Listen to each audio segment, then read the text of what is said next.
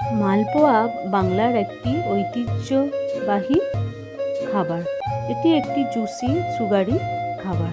তাই আজ আমি মালপোয়া বানিয়ে তোমাদের দেখাবো কেমন খেতে হয়। চলো তোমরা নানা রঙের দিনগুলি 369 চ্যানেলটির সঙ্গে থাকো। একটি লাইক দিও, শেয়ার করো এবং সাবস্ক্রাইব করে রেখো চ্যানেলটি। তো চলো মালপোয়া কীভাবে বানাতে হয় দেখিয়ে দিই। নমস্কার বন্ধুরা, নানা রঙের দিনগুলি 369 চ্যানেলে তোমাদের স্বাগত। বন্ধুরা, ভাবলাম আজকে একটু মালপোয়া বানাই, তাই ফার্স্টেই মুড়িটাকে একটু ভেজে নিয়েছি। এখানে দেখো রস করার জন্য জল নিয়েছি, জলটাকে ফুটতে দিচ্ছি এবং তেজপাতা তার সাথে দিয়ে দিচ্ছি। রসটা করতে লাগবে তেজপাতা, তাই গরম জলে তেজপাতাটা দিয়ে দিলাম। এরপরে একটু এলাচ দিয়েছি এবং চিনি দিয়েছি এবং সাঁতলাচ্ছি রসটা যাতে একটু গাঢ় হয়। গাঢ় হতে হতে নাড়তে নাড়তে রসটা তৈরি হয়ে যাবে। এবার ওই ভাজা মৌরিটা আমি মিক্সার গ্রাইন্ডারে ঢালছি, বেটে নেবো বলে। আস্তে আস্তে করে মিক্সার গ্রাইন্ডারে বাটবার জন্য ঢাললাম। মিক্সার গ্রাইন্ডারে বাটার পর দেখো গুঁড়ো হয়ে গেছে, গ্রাইন্ড হয়ে গেছে মৌরিটা। দেখতেই পাচ্ছ ডাস্ট হয়ে গেছে মৌরিটা।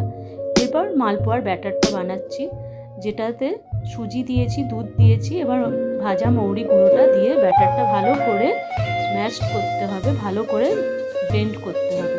এবং এইভাবে ভালো করে যত ব্লেন্ড করব তত মালপোয়ার ব্যাটারটা ভালো তৈরি হবে।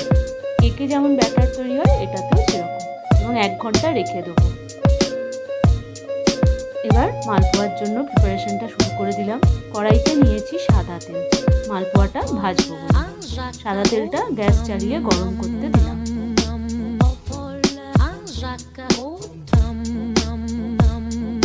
এরপর যে ব্যাটারটার মালপোয়া রেখে দিয়েছিলাম 1 ঘন্টা ধরে, সেটা একটা হাতায় করে নিয়ে দিয়ে দিলাম। মালপোয়াতে অবশ্যই চিনি দেবে, কড়া করে ভাজবে, মালপোয়াগুলো খেতে টেস্টি হবে। দেখো আমার মালপোয়া রেডি। তোমরাও বাড়িতে এইভাবে মালপোয়া বানাতে পারো এবং খেয়ে বলবে কেমন হয়েছে। মালপোয়াগুলো বানানোর পর আমি রসে দেব। রসে ডুবিয়ে রাখলে মালপোয়াগুলো আরও নরম এবং রসালো এবং মিষ্টি হবে।